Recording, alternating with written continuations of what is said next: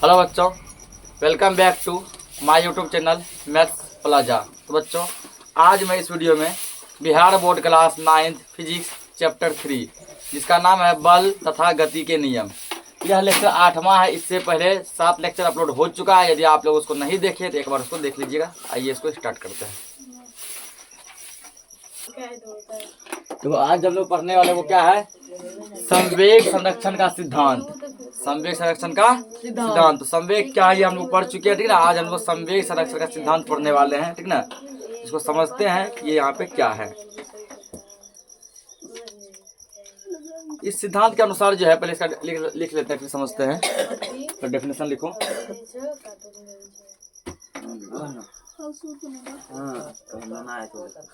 इस सिद्धांत के अनुसार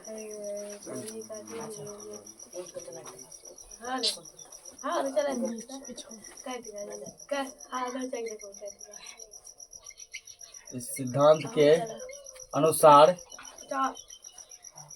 किसी बाह्य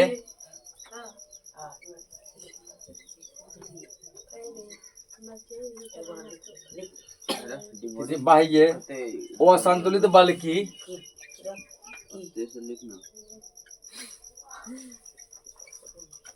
असंतुलित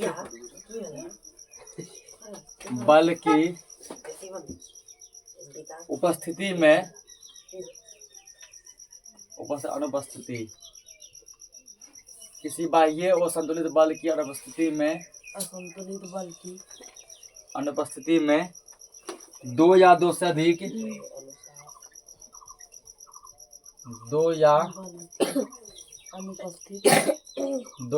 से अधिक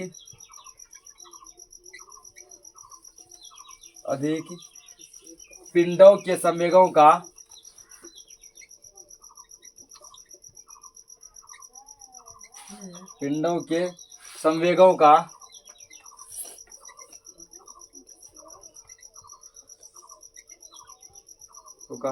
बीजीय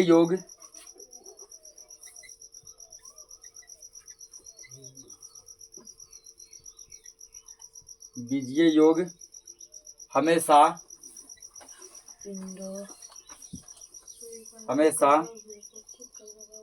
स्थिर रहता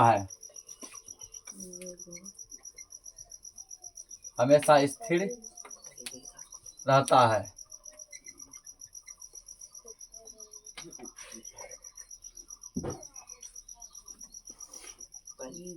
अर्थात पिंडों के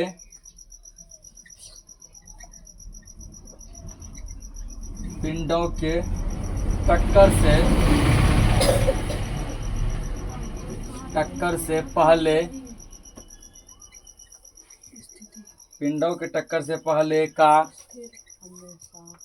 कुल संवेग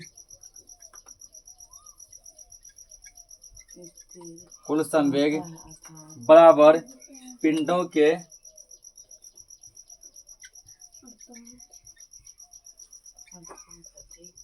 टक्कर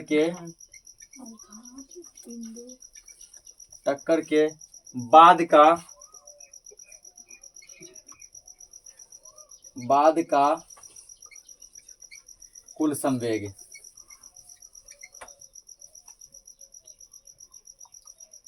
इसको तो ऐसे भी ठीक है कि संवेग संरक्षण के सिद्धांत के अनुसार पिंडों के टक्कर से पहले का कुल संवेग और पिंडों के टक्कर के बाद का कुल संवेग आपस में क्या होता है, बराबर होता है, ठीक ना। ये नियम क्या कहता है, इस सिद्धांत के अनुसार किसी बाह्य असंतुलित बल की अनुपस्थिति में, ठीक ना, यदि कोई बाह्य बल मान लो उपस्थित नहीं हो, बाह्य बल मतलब क्या हुआ, बाहरी बल, ठीक ना। बाह्य बल मतलब बाहरी बल। यदि कोई बाह्य बल क्या हो, उपस्थित वहां पर नहीं हो, ठीक ना,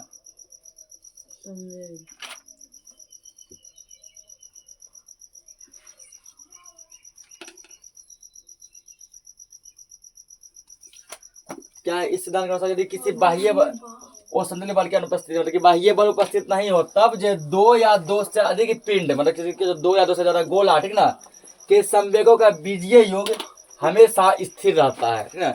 दो या दो से अधिक जो पिंड होगा उसका बीजीय योग क्या होगा, हमेशा स्थिर होगा, मतलब कांस्टेंट होगा, ठीक ना। कि कब होगा, जब उस पर कोई बाहरी बल नहीं लगना चाहिए, उस पर कोई बाहरी बल नहीं लगना चाहिए, ठीक है। यदि किसी वस्तु पर बाहरी बल नहीं लग रहा है, बाहरी बल की अनुपस्थिति में, ठीक ना, वो वस्तु का संवेग का बीजीय योग क्या होता है, स्थिर रहता है, कांस्टेंट रहता है। यानी कि यदि दो वस्तु को टकरा दिया जाए, ठीक ना, टकराने से पहले का संवेग और टकराने के बाद का संवेग आपस में क्या होता है, बराबर होता है। यदि उस वस्तु पर कोई बाहरी बल काम नहीं करे, ठीक ना, उस वस्तु पर यदि कोई बाहरी बल काम नहीं करे, बाहरी बल नहीं लगे, तो उसका संवेग क्या होता है, आपस में बराबर होता है।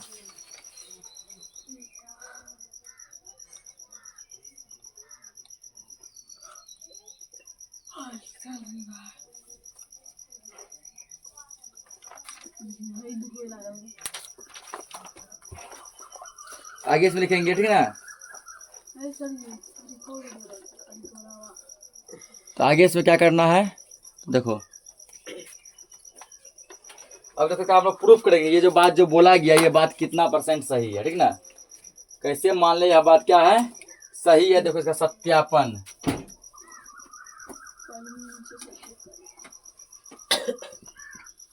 सत्यापन यानी इसका क्या करेंगे हम लोग, प्रूफ करेंगे अब इसको, सत्यापन।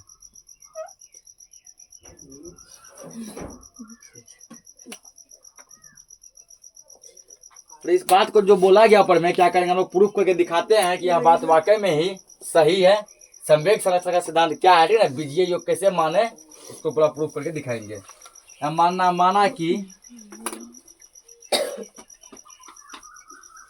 माना कि ए और बी, माना कि ए और बी दो पिंड हैं, ठीक ना। क्या मान लिए, ए और बी क्या है, दो पिंड है।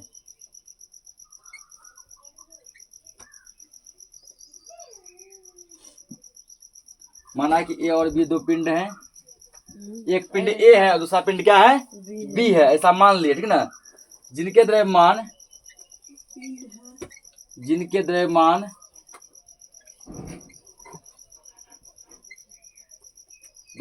क्रमशः, द्रव्यमान क्या मान लिए, ए का द्रव्यमान है m1, ए का वजन कितना है m1, ठीक ना, तथा बी का वजन है m2, बी का वजन कितना है m2, द्रव्यमान मतलब वजन नहीं होता है ना। तो दो पिंड मान लिए, एक पिंड ए, दूसरा पिंड क्या है बी, जिनके द्रव्यमान क्रमशः m1 तथा m2, ए का द्रव्यमान m1, बी का द्रव्यमान m2 है, जो क्रमशः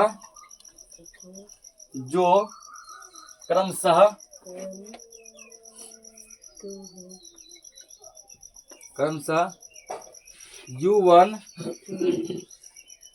तथा u2 वेग से गतिशील है,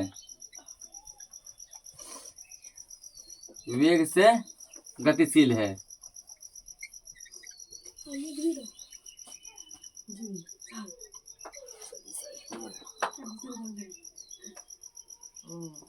गतिशील, पुनः माना कि u1 u2 है, ठीक ना। पुनः माना कि वे दोनों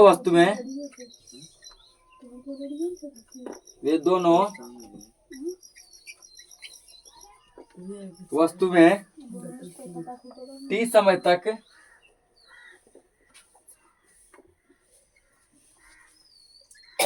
सेकेंड तक आपस में टकरा जाते हैं, आपस में टकरा जाते हैं। तो आप क्या माने कि ए और बी दो कोई वस्तु है, ठीक ना, ए और बी दो क्या है, वस्तु है, जिसमें कि ए का द्रव्यमान है m1, ए का वजन कितना है m1, और बी का द्रव्यमान कितना है m2, ठीक है। ए वस्तु जो है u वेग से गतिशील है, मतलब कि जब ये चल रही थी इसका वेग कितना है u है। बी वस्तु जो है u2, ये u1 और बी वस्तु u2 वेग से क्या है, गतिशील है, यानी कि u2 वेग से चल रही है। और माने कि दोनों वस्तु क्या होते हैं, 30 सेकंड चलने के बाद आपस में टकरा जाते हैं। एक मान लो इधर चल रहा है, ये मान लो इधर चल रहा है, 30 सेकंड, टी का मान कुछ भी हो सकता है, ठीक है ना, टी का मान कुछ भी हो सकता है। 30 सेकंड तक आने के बाद दोनों वस्तु से क्या होता है, आपस में टकरा जाता है। टकराने के समय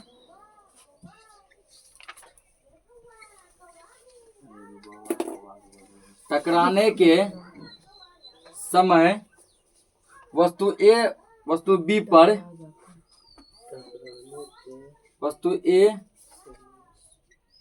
वस्तु बी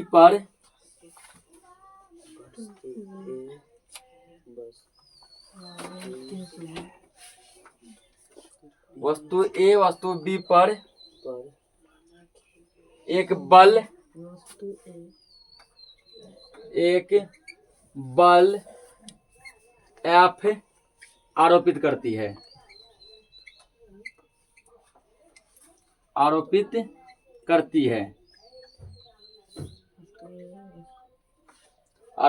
ठीक ना।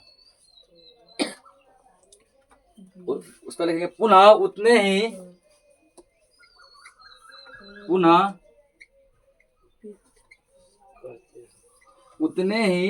परिमाण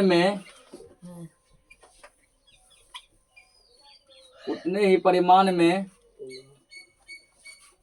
विपरीत दिशा में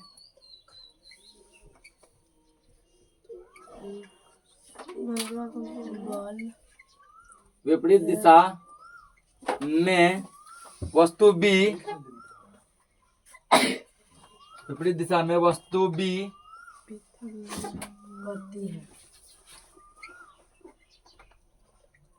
वस्तु ए पर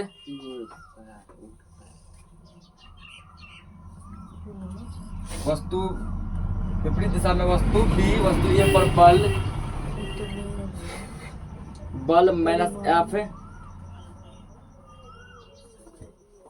बल माइनस एफ लगाती है।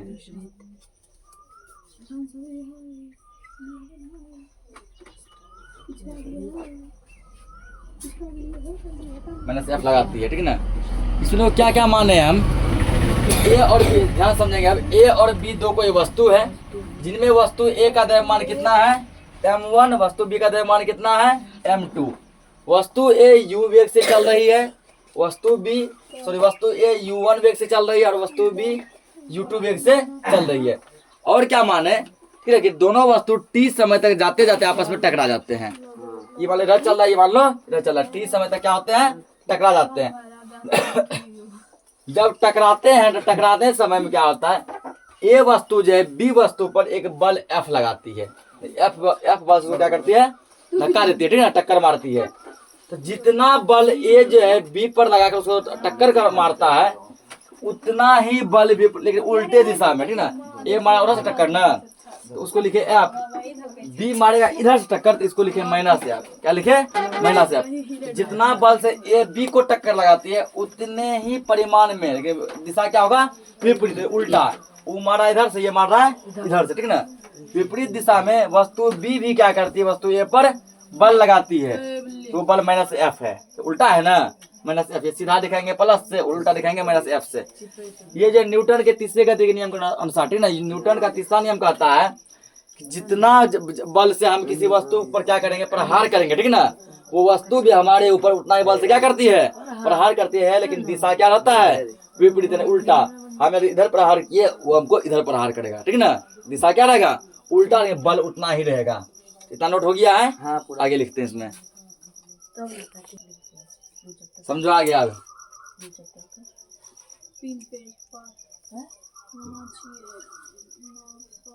आगे समझेंगे। ये मतलब गोला है, ठीक ना, ये गोला A1, ये गोला क्या है, B, सॉरी, ये गोला A और ये गोला क्या है, B। इस गोला का द्रव्यमान कितना है, A का द्रव्यमान कितना माने हैं, m1, B का द्रव्यमान कितना माने हैं, m2, ये है। और क्या माने है कि A गोला जो है, ठीक ना, ये u1 वेग से चल रही है। कौन सा वेग से चल रही है, u1 वेग से, ठीक ना। और गोला B क्या कर रहा है, गोला B इधर u2, गोला B इधर क्या कर रहा है, u2 वेग से चल रहा है।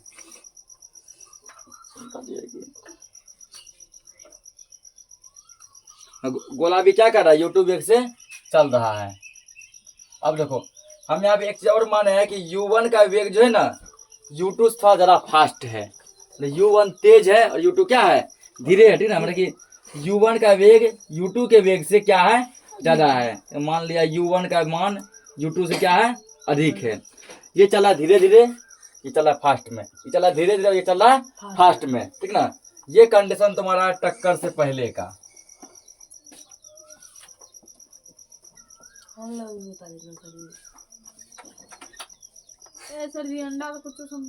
टक्कर से पहले, टक्कर से पहले कुछ ऐसा कंडीशन था। ठीक ना, अब क्या हुआ, दोनों वस्तुओं के बीच क्या हो गया, टक्कर हो गया।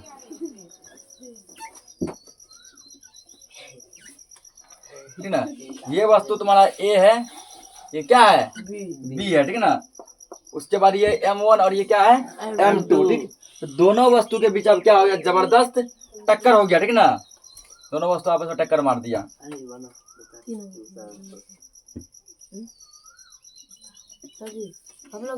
हाँ रे, M1 और ये क्या है, M2।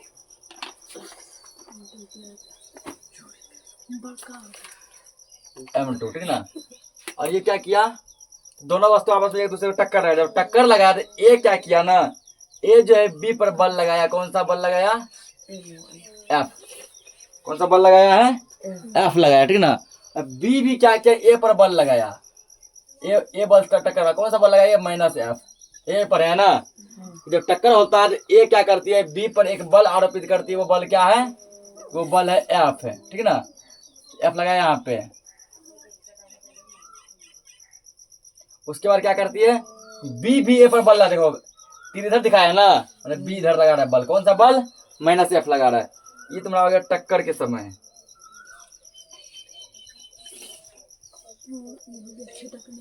टक्कर के समय, टक्कर के समय कंडीशन है।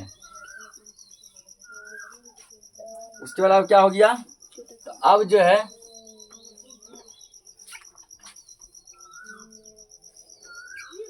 ये फिर M1 हो गया,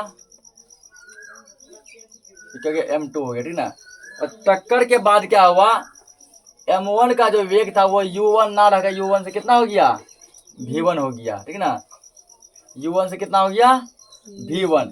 U1 का मतलब होता है प्रारंभिक वेग, यानी शुरू वाला, और यानी कि U मतलब प्रारंभिक, V मतलब अंतिम। इसे हम लोग पढ़ चुके हैं, प्रारंभिक वेग अंतिम वेग। ठीक ना, और जो है U2 क्या हो गया, ये V2 हो गया। U2 क्या हो गया, V2। ये A है, ये क्या है, B है। ये कंडीशन आ गया टक्कर के बाद। टक्कर के बाद, टक्कर के पहले क्या था, दो वस्तु A और B था। ठीक है, एक का द्रव्यमान M1, दूसरा का M2 था। A जो है U1 से और B U2 से गतिशील था। U1 का गति क्या था, तो तेज था। ठीक ना, टक्कर के समय क्या हुआ, दोनों आपस में टकराया। A लगाया B पर F, तो B भी उल्टा दिशा में लगा दिया, -F। ठीक है ना, टक्कर के बाद क्या हुआ, U1 जो है प्रारंभिक वेग हो गया अंतिम वेग में कन्वर्ट। तो वस्तु A का वेग हो गया V1, और ये भी प्रारंभिक अंतिम में कन्वर्ट हो गया। तो वस्तु B का वेग कितना हो गया, V2। ठीक ना, इतना पहले नोट करो। इतना जब नोट हो गया होगा तो आगे देखो, इसमें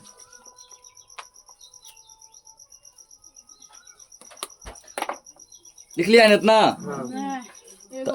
लिखने के बाद अब लिखेंगे इसमें, पुनः माना कि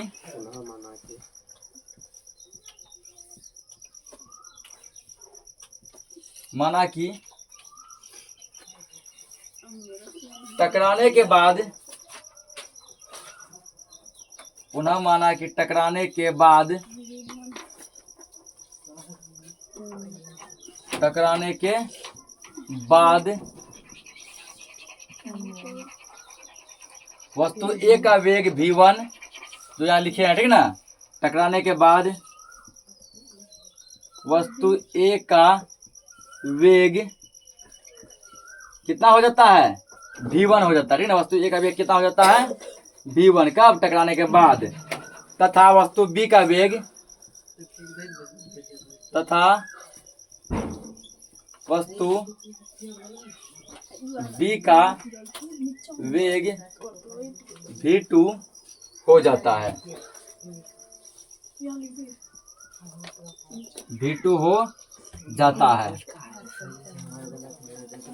टकराने के बाद वस्तु A का वेग v1 और वस्तु B का वेग v2 हो जाता है।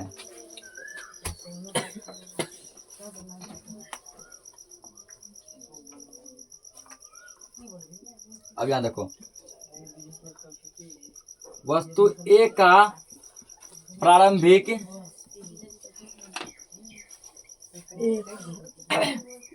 संवेग, वस्तु A का जो प्रारंभिक संवेग क्या हो जाएगा तब?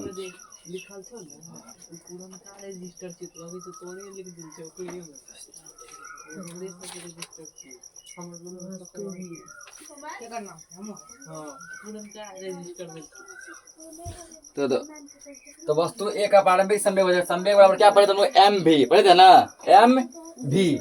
तो एम, तो वस्तु A में जो एम के बदले क्या लिखेंगे? m1, ठीक है ना। B के बदले क्या लिखेंगे? u1, क्योंकि ये प्रारंभिक कर रहा है पहले वाला, ठीक।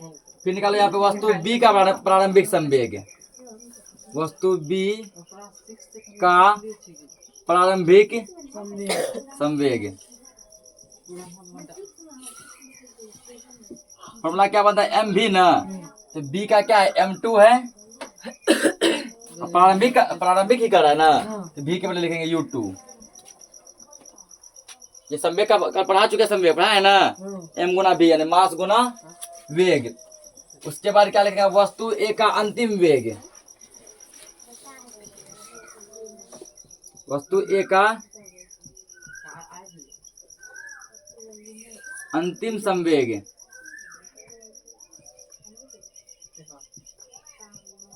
अंतिम में देखो मास तो m1 ही है ना, लेकिन जो है वेग बदल के क्या हो गया? v1 हो गया, m1 गुना v1। फिर वस्तु B का अंतिम संवेग, वस्तु B का अंतिम संवेग,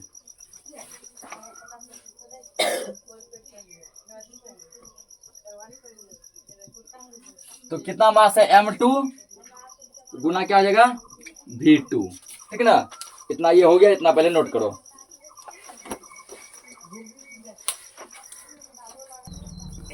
तो इतना नोट कर लिया हम लोग, ठीक ना। अब देखेंगे टक्कर के पहले का कुल संवेग।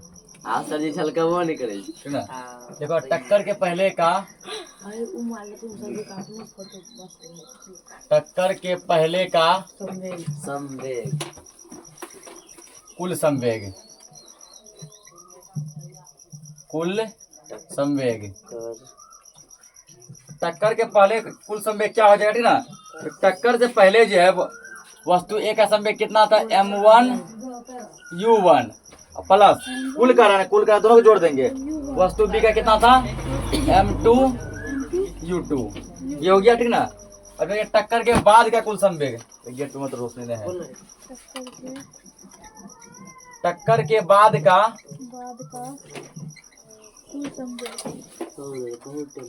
कुल संवेग, टक्कर के बाद जो है वस्तु A का कितना हो गया था? तो वस्तु A हो गया m2 u2। तो टक्कर के बाद जो है वस्तु A कितना हो गया था? m1 v1 प्लस वस्तु B कितना हो गया था? m2 v2। ये बात है ना। टक्कर के बाद सब नीचे लिख चुके हैं, ठीक। कुल जब पूछे दोनों को जोड़ दो, ठीक है ना। अब क्या करना है? वस्तु A के संवेग में परिवर्तन की दर,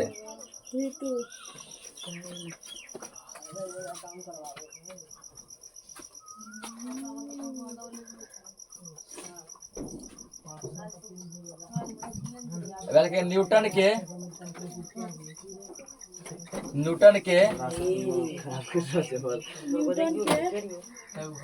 द्वितीय गति के नियम से, न्यूटन के द्वितीय गति के नियम से, ठीक है।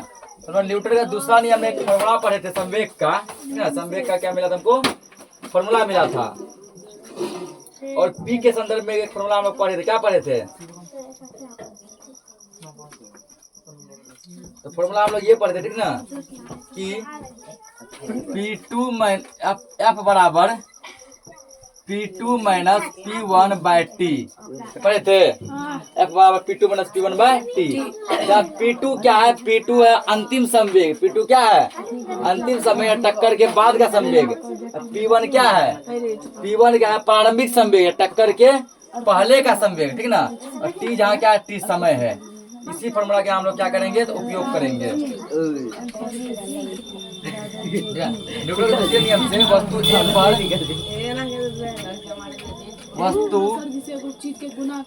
ए पर लगाया गया बल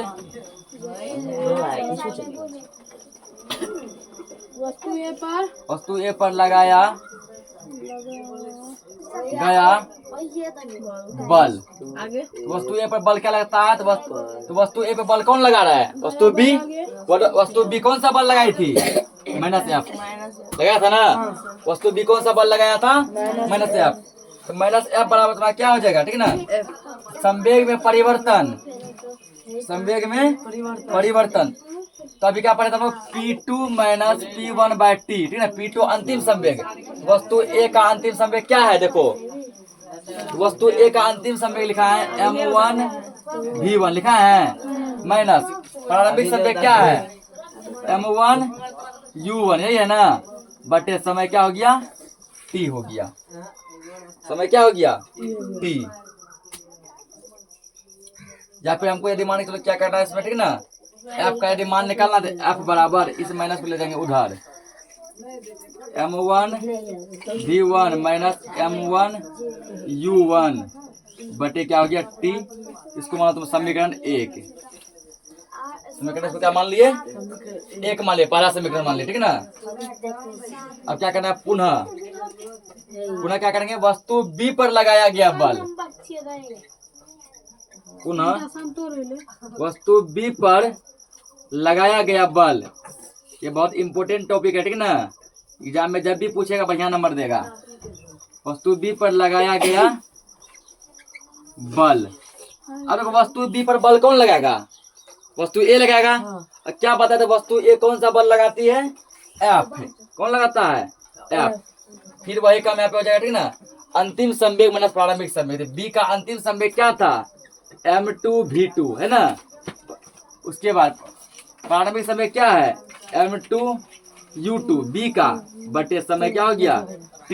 इसको लिख लो तुम समीकरण 2, समीकरण क्या लिख लो, 2 लिख लिया, ठीक ना। अब हम लोग लिखेंगे समीकरण 1 और 2 से। अब यहाँ क्या करेंगे हम लोग, समीकरण 1 और 2 से। तो समीकरण क्या देख रहे हैं, 1 में भी समीकरण 2 में भी दोनों का लेफ्ट साइड आपस में बराबर है। यहाँ भी एफ है, यहाँ भी एफ है, ठीक ना। जब लेफ्ट साइड बराबर है तो दोनों का राइट साइड भी, ये और ये भी आपस में क्या होगा, बराबर होगा। एफ बराबर है ना, ये तो माइनस था लेकिन माइनस इधर ले आए ना। तो अब जब लेफ्ट लेफ्ट इक्वल है तो राइट राइट भी क्या होगा, इक्वल होगा, यानी कि दायां दायां पक्ष भी इक्वल होगा।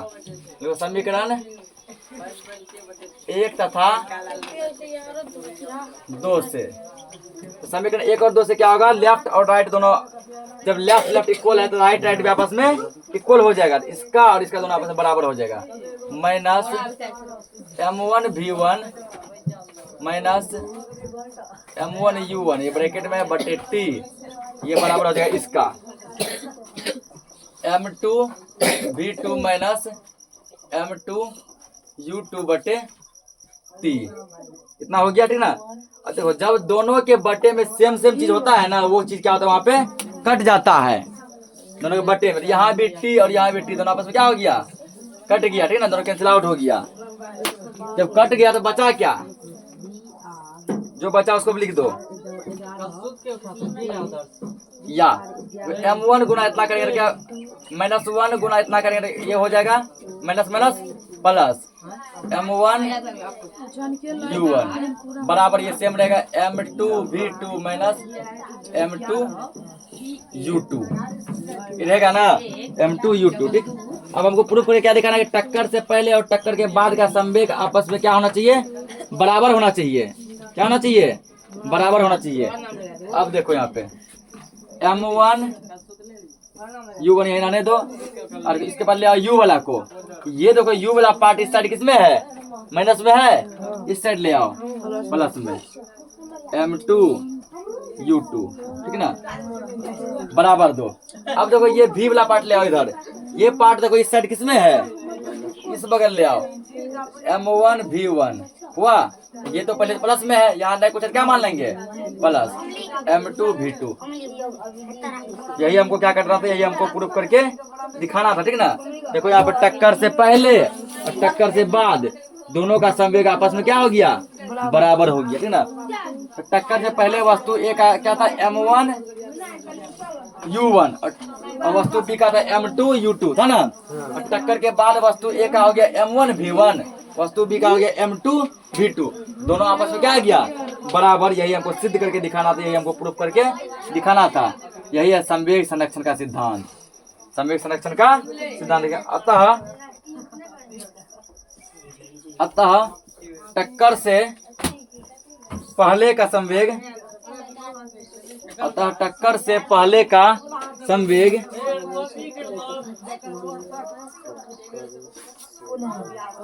टक्कर से पहले का कुल संवेग, टक्कर से पहले का कुल संवेग ये बराबर है ना, बराबर टक्कर के बाद का कुल संवेग, टक्कर के बाद का